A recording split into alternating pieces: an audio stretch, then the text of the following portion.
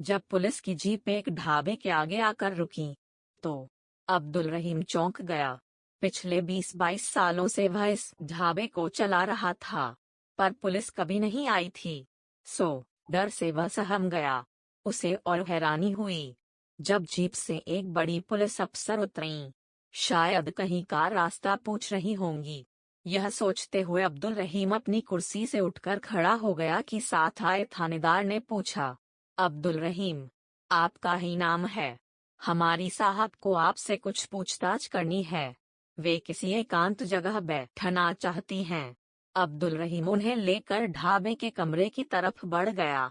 Police अफसर की मंद मंद मुस्कान ने उसकी झिझक और डर दूर कर दिया था। ये मैडम, आप यहाँ बैठें, क्या मैं आपके लिए चाय मंगवाऊं? मैडम, क्या आप नई सिटी एसपी कल्पना तो नहीं हैं? मैंने अखबार में आपकी तस्वीर देखी थी। अब्दुल रहीम ने उन्हें बिठाते हुए पूछा। हाँ, छोटा सा जवाब देकर वे आसपास का मुआयना कर रही थीं। एक लंबी चुप्पी के बाद कल्पना ने अब्दुल रहीम से पूछा, क्या आपा को ठीक 10 साल पहले की वह होली याद है जब एक 15 साला लड़की का बलात्कार आपके इस ढाबे के ठीक पीछे वाली दीवार के पास किया गया था? उसे चादर आपने ही ओढ़ाई थी और गोद में उठा उसके घर पहुंचाया था। अब चौंकने की बारी अब्दुल रहीम की थी। पसीने की एक लड़ी कनपटी से बहते हुए पीठ तक जा पहुंची। थोड़ी देर तक सर झुकाए मानो विचारों में गुम रहने के बाद उसने सिर ऊपर उठाया। उसकी पलकें भीगी हुई थीं। अब्दुल रहीम देर तक आसमान में घूरता रहा। मन सालों पहले पहुंच गया। होली की वह मनहूस दोपहर थी। सड़क पर रंग खेलने वाले कम हो चले थे। इक्का दुक्का मोटरसाइकिल पर लड़के शोर मचाते हुए आते जाते दिख रहे थे। अब्दुल रहीम ने उस दिन भी ढाबा खोल रखा था। वैसे ग्राहक न के बराबर आए थे। होली का दिन जो था, दोपहर होती देख अब्दुल रहीम ने भी ढाबा बंद कर घर जाने की सोची कि पिछवाड़े से आती आवाजों ने उसे ठिठकने पर मजबूर कर दिया। 4 लड़के नशे में चूर थे, पर यह क्या, वे एक लड़की को दबोचे हुए थे। छोटी बच्ची थी, शायद 14-15 साल की। अब्दुल रहीम उन चारों लड़कों को पहचानता था। सब निठल्ले और आवारा थे। एक पिछड़े वर्ग के नेता के साथ लगे थे और इसलिए उन्हें कोई कुछ नहीं कहता था। वे यहीं आसपास के थे। चारों छोटे मोटे जुर्म कर अंदर बाहर होते रहते थे। रहीम जोर शोर से चिल्लाया, पर लड़कों ने उसकी कोई परवाह नहीं की। बल्कि एक लड़के ने ईंट का एक टुकड़ा ऐसा चलाया कि सीधे उसके सिर पर आ कर लगा और वह बेहोश हो गया। आंखें खुली तो अंधेरा हो चुका था। अचानक उसे बच्ची का ध्यान आया। उन लड़कों ने तो उसका ऐसा हाल किया था कि शायद गिद्ध भी शर्मिंदा हो जाएं। बच्ची शायद मर चुकी थी।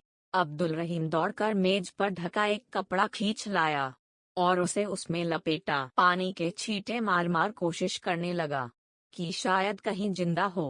चेहरा साफ होते ही वह पहचान गया कि यह लड़की गली के आखिरी छोर पर रहती थी। उसे नाम तो मालूम नहीं था, पर घर का अंदाजा था।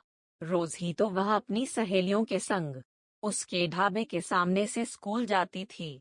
बच्ची की लाश को कपड़े में लपेटे अब्दुल रहीम उसके घर की तरफ बढ़ चला। रात गहरा गई थी।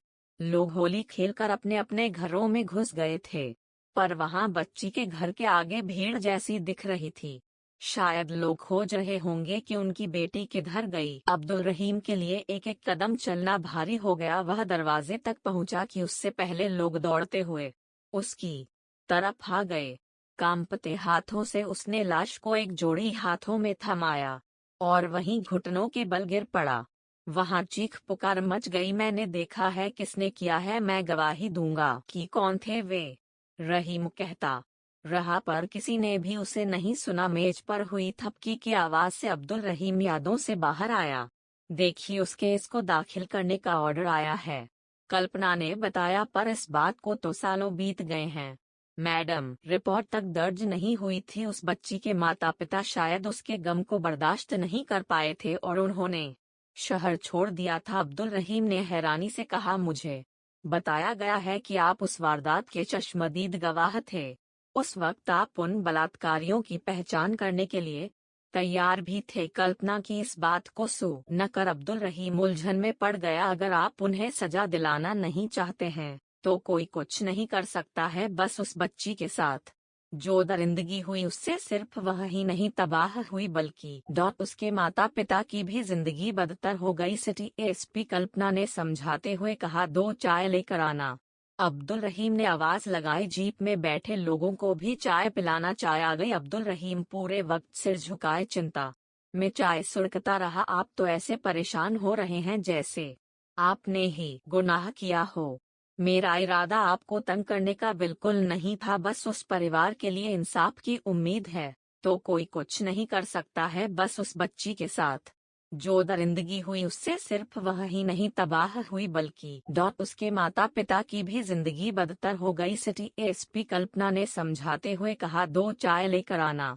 अब्दुल रहीम ने आवाज लगाई। जीप में बैठे लोगों को भी चाय पिलाना। चाय आ गई। अब्दुल रहीम पूरे वक्त सिर झुकाए चिंता में चाय सुड़कता रहा। आप तो ऐसे परेशान हो रहे हैं जैसे आपने ही गुनाह किया हो। मेरा इरादा आपको तंग करने का बिल्कुल नहीं था, बस उस परिवार के लिए इंसाफ की उम्मीद है और गुनाहगार हमेशा आजाद घूमते रहे। मैंने भी इस डर से किसी को ये बात बताई भी नहीं। इसी शहर में होंगे सब। उस वक्त सब 20 से 25 साल के थे। मुझे सबके बाप के नाम पते मालूम है। मैं आपको उन सब के बारे में बताने के लिए तैयार हूँ। अब्दुल रहीम को लगा कि चश्मे के पीछे कल्पना मैडम की आंखें भी नम हो गई थी। उस वक्त भले ही गुनाहगार बच गए होंगे, लड़की के माता पिता ने बदनामी से बचने के लिए मामला दर्ज ही नहीं किया। पर आने वाले दिनों में उन चारों पापियों की करतूत फोटो समेत हर अखबार की सुर्खी बनने वाली है। आप तैयार रहें एक लंबी कानूनी जंग में। आप एक अहम किरदार रहेंगे। कहते हुए कल्पना मैडम उठ खड़ी हुई और काउंटर पर चाय के पैसे रखते हुए जीप में बैठ कर चली गई। आज पहली बार किसी पुलिस वाले को चाय के पैसे देते देखा है। छोटू टेबल साफ करते हुए कह रहा था और अब्दुल रहीम को लग रहा था कि सालों से सीने पर रखा बोझ कुछ हल्का हो गया था। इस मुलाकात के बाद वक्त बहुत तेजी से बीता। वे चारों लड़के जो अब अधेड़ हो चले थे, उनके खिलाफ शिकायत दर्ज हो गई। अब्दुल रहीम ने भी अपना बयान रिकॉर्ड करा दिया। मीडिया वाले इस खबर के पीछे पड़ गए थे, पर उनके हाथ कुछ खास खबर लग नहीं पाई थी। अब्दुल रहीम को भी कई धमकी भरे फोन आने लगे थे, सो उन्हें पूरी तरह पुलिस सिक्योरिटी में रखा जा रहा था। सबसे बढ़कर कल्पना मैडम खुद इस केस में दिलचस्पी ले रही थीं और हर पेशी के वक्त मौजूद रहती थीं। कुछ उत्साही पत्रकारों ने उस परिवार के पड़ोसियों को खोज निकाला था, जिन्होंने बताया था कि होली के कुछ दिन बाद ही वे लोग चुपचाप बिना किसी से मिले कहीं चले गए थे, पर बात किसी से नहीं हो पाई थी। कोर्ट की तारीखें जल्दी जल्दी पड़ रही थीं, जैसे कोर्ट भी इस मामले को जल्दी अंजाम तक पहुंचाना चाहता था। ऐसी ही एक पेशी में अब्दुल रहीम ने साल भर बाद बच्ची के पिता को देखा था। मिलते ही दोनों की आंखें नम हो गईं। उस दिन कोर्ट खचाखच भरा हुआ था। बलात्कारियों का वकील खूब तैयारी के साथ आया हुआ मालूम दे रहा था। उसकी दलीलों के आगे केस अपना रुख मोड़ने लगा था।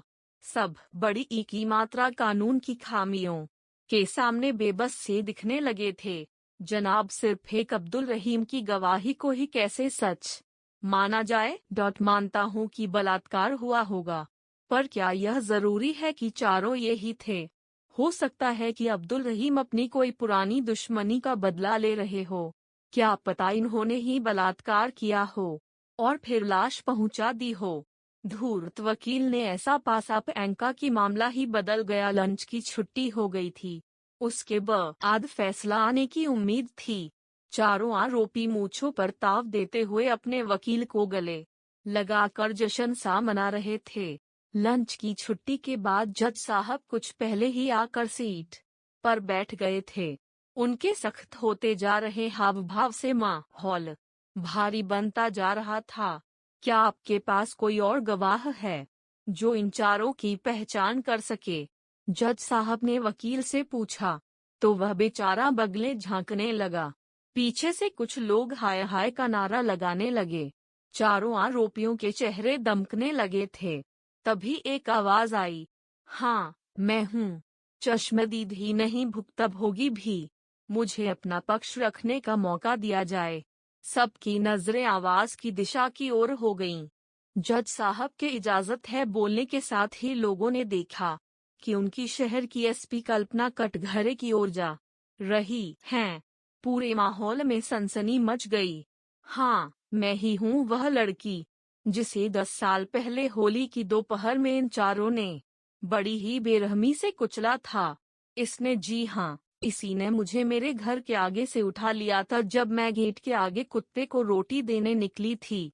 मेरे मुंह को इसने अपनी हथेलियों से दबा दिया था और कार में डाल दिया था। भीतर पहले से ये तीनों बैठे हुए थे। इन्होंने पास के एक ढाबे के पीछे वाली दीवार की तरफ कार रोककर मुझे घसीटते हुए उतारा था। इसने मेरे दोनों हाथ पकड़े थे और इसने मेरी जांघें, अनुस्वार, कपड़े इसने फाड़े थे। सबसे पहले इसने मेरा बलात्कार किया था। फिर इसने मुझे सबके चेहरे याद हैं। सिटी एसपी कल्पना बोले जा रही थी, अपनी उंगलियों से इशारा करते हुए उनकी करतूतों को उजागर करती जा रही थी। कल्पना के पिता ने उठकर 10 साल पुराने हुए मेडिकल जांच के कागजात को सौंपे, जिसमें बलात्कार की पुष्टि थी। रिपोर्ट में साफ लिखा था कि कल्पना को जान से मारने की कोशिश की गई थी। कल्पना अभी कटघरे में ही थी कि एक आरोपी की पत्नी अपनी बेटी को लेकर आई और सीधे अपने पति के मुंह पर तमाचा जड़ दिया। दूसरे आरोपी की पत्नी उठकर बाहर चली गई। वहीं एक आरोपी की बहन अपनी जगह खड़ी होकर चिल्लाने लगी, शर्म है, लानत है, एक भाई होते हुए तुमने ऐसा कैसे किया था? जज साहब, मैं बिल्कुल मरने की हालत में ही थी। होली की उसी मेरे पापा मुझे तुरंत अस्पताल लेकर गए थे, जहां मैं जिंदगी और मौत के बीच कई दिनों तक झूलती रही थी। मुझे दौरे आते थे। इन पापियों का चेहरा मुझे हर वक्त डराता रहता था। अब के आईने की तरह साफ था। अब्दुल रहीम की आंखों से आंसू बहे जा रहे थे। कल्पना उनके पास जाकर उनके कदमों में गिर पड़ी। अगर आप न होते तो शायद मैं जिंदा न रहती। मीडिया वाले कल्पना से मिलने को उतावले थे। वे मुस्कराते हुए उनकी तरफ बढ़ गई। अब्दुल रहीम ने जब आपको कपड़े में लपेटा था तब मरा हुआ ही समझा था। मेज के उस कपड़े से पुलिस की वर्दी तक के अपने सफर के बारे में कुछ बताएं? एक पत्रकार ने पूछा, जो शायद सभी का सवाल था। उस वारदात के बाद मेरे माता पिता बेहद दुखी थे और शर्मिंदा भी थे। शहर में वे कहीं मुंह दिखाने लायक नहीं रहे थे। मेरे पिताजी ने अपना तबादला इलाहाबाद करवा लिया था। सालों तक मैं घर से बाहर जाने से डरती रही थी। आगे की पढ़ाई मैंने प्राइवेट की। मैं अपने माता पिता को हर दिन थोड़ा थोड़ा मरते देख रही थी। उस दिन मैंने सोचा था कि बहुत हुआ, अब और नहीं। मैं भारतीय प्रशासनिक सेवा में जाने के लिए परीक्षा की तैयारी करने लगी। आरक्षण के कारण मुझे फायदा हुआ और मनचाही नौकरी मिल गई।